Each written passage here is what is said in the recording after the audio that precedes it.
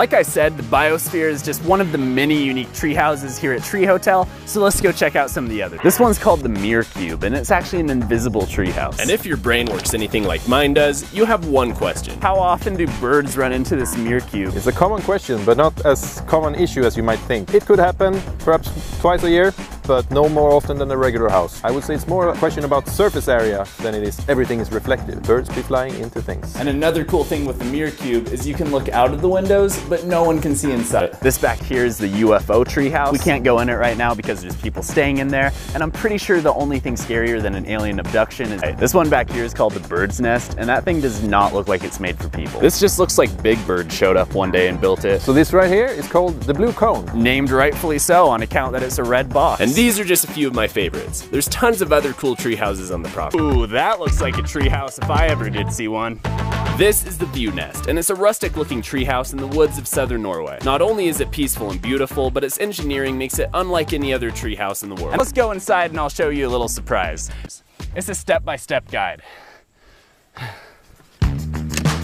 Whoa, that is so nice. About half of the treehouse is taken up by this couch area, both of which are suitable sleeping spaces. And the big bed folds down from the ceiling using a rope. An efficient design for a small living space. We love to see it. We have the most rustic, old-fashioned looking kitchen I think I've ever seen. I feel like I'm in Little House on the Prairie right now. This is adorable. Coffee maker, teapot, short and stout, fancy mugs, little bitty cups, refrigerator, hardly know her. We have a little fireplace. The bathroom has its own door, and to get in, you need a key. And now, the moment you've all been waiting for. This silly looking thing right here is why this treehouse made the list. You just spin this thing around, and look at what's happening from the outside. How crazy is that? Yep, it's a rotating treehouse, and thanks to its system of bearings, you can move the big picture windows to any view your heart desires. Upstairs, we have a nice little balcony with a view that is nothing short of legendary. Tonight, I think I'm gonna have myself a nice little Norwegian campfire. And we may not have 350 birdhouses like we did in Sweden, but we have one, and that's more than enough for me. This has been so fun. You can tell whoever built this put so much love into every single detail. The only real downside to this place I found so far is that it doesn't have a shower.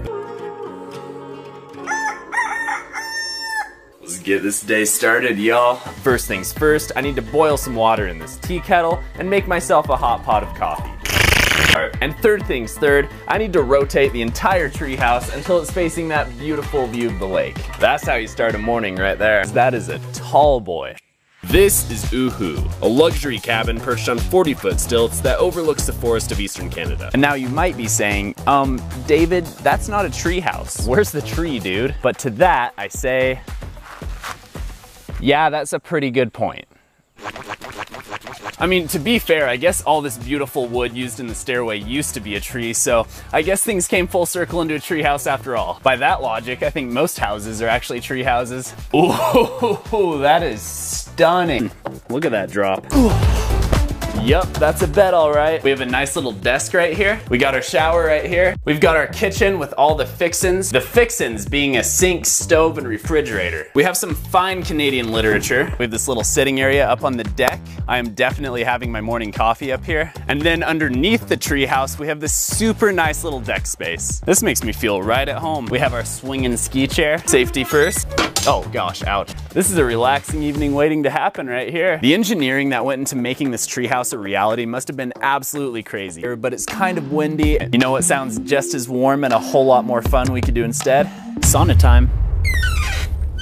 This right here is exactly what I needed to recharge for our final treehouse, and trust me, I'm gonna need it because this final treehouse is the one that inspired this entire video. Night night, sleep tight, don't let the cobra chickens bite.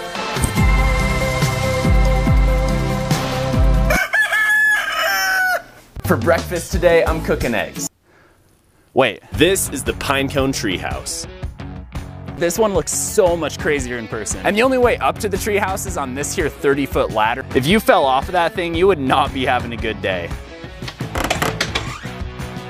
Wow, it is just as beautiful on the inside. It's an architectural marvel to say the least, but there's also something just slightly unsettling about the pattern in here. What's that phobia where you're scared of patterns of holes? Trypophobia or something like that? Yeah, you probably shouldn't stay here if you have that. Look behind this is so impressive to me. The frame is made entirely of steel, and you can see where each of these diamond pieces was custom welded and then bolted together. But because of the steel frame, the treehouse itself weighs over 11,500 pounds. And to hold all that weight, there's cables at the top that connect it to 8 different redwood trees. And all the clear panels you're seeing on the outside of the treehouse are actually acrylic. There's no actual glass in this thing, it's heavy enough. And check this out, every single one of these pine cone petals opens up. You can get some nice fresh air up here. This right here is the bed.